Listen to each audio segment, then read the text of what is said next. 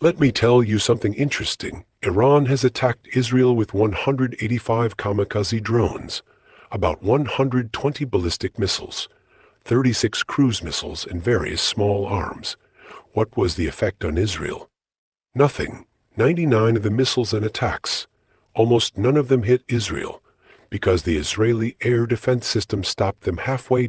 So why does Iran act as if it has achieved something, even though it has not? Is it theater, or did Iran really teach Israel a lesson? Which is the truth? Or what was it?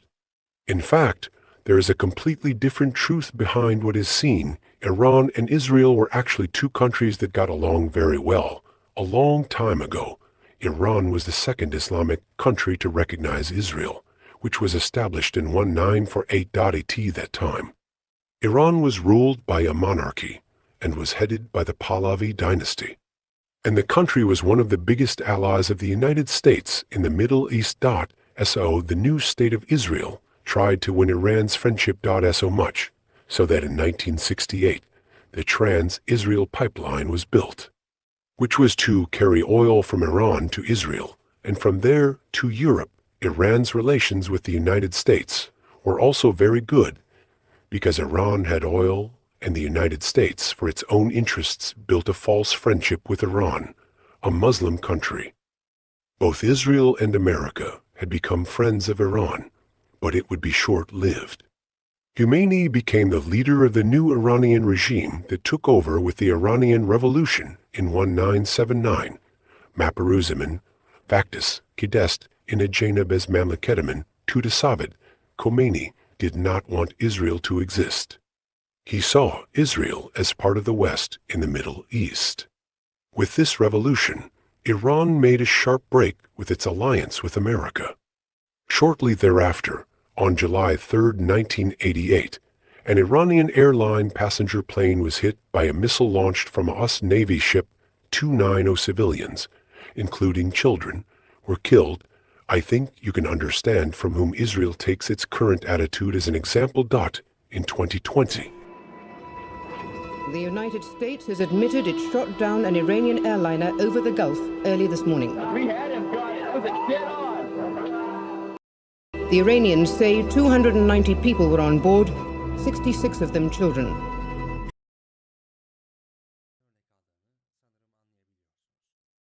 Iranian Quds Force Guardsman Qasem Soleimani was assassinated by the United States. American officials say the airstrike that killed Qasem Soleimani was carried out in self-defense. Qasem Soleimani has been killed, and his bloody rampage is now forever gone. The reason, of course, was to increase Israel's dominance in the Middle East.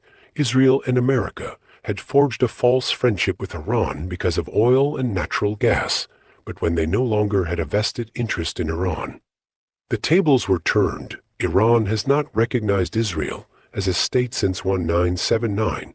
Israel's persistent atrocities over the years, which it had stubbornly perpetrated for years in reliance on America, were suddenly 2-3, answered in October of that year, when all hell broke loose. The inhuman cruelty in Gaza is still going on today.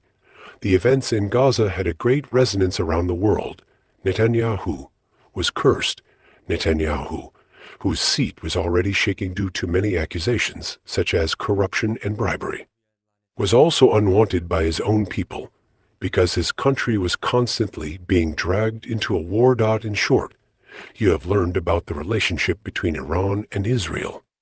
While the process was proceeding in this way, on April 1st, an airstrike was launched against Iran's consulate minaret in Damascus. The Iranian consulate building is in Damascus, in Syria, but consulates are considered national territory, and of course, the attack was carried out knowing this. A total of 7 people were killed in the incident. 2 of them with the rank of general from the Iranian Revolutionary Guard Corps. Israel has neither claimed nor denied responsibility for this incident, but Iran knew that Israel had done this, and the response was that the necessary response will be given. We will punish them. The regime is malignant, Iran started to make headlines everywhere that it was going to respond. And days later, on the evening of April 13th, it launched an attack. It was interesting that they launched fuses that could only reach Israel after 7-8 hours, but they did it in a way that made news. It was as if they were saying, "Look, we are attacking you. Take precautions. We don't want any harm to come to you." However, if these missiles had been fired suddenly from places like Lebanon and Syria, they could have achieved what they wanted much more easily. In this case, what Iran was doing was nothing more than an eyewash dot in Israel on the morning of the night of the attack. Everything was back to normal, as if nothing had happened. Israel, like a naughty child, launches an attack knowing what is going to happen. Iran responds in a non-destructive way. Knowing what is going to happen, but why? What was all this nonsense? For both sides. Iran did what it had to do to its own people, using its own media power. Here's what it did. We responded with hundreds of missiles. We scared them. They have seen our strength, he says. U.S. President Biden did not even see the need for Israel to launch a counterattack after this attack. In their view, Israel had already demonstrated both military and diplomatic superiority over Iran. In the end, both sides gained something for themselves. Iran had launched a direct attack on Israel for the first time in its history. The Iranian leader was almost a hero in the eyes of his people. What happened in Gaza was suddenly forgotten, and the Iran-Israel theater started to be played. Is there a real Iran-Israel war in the Middle East?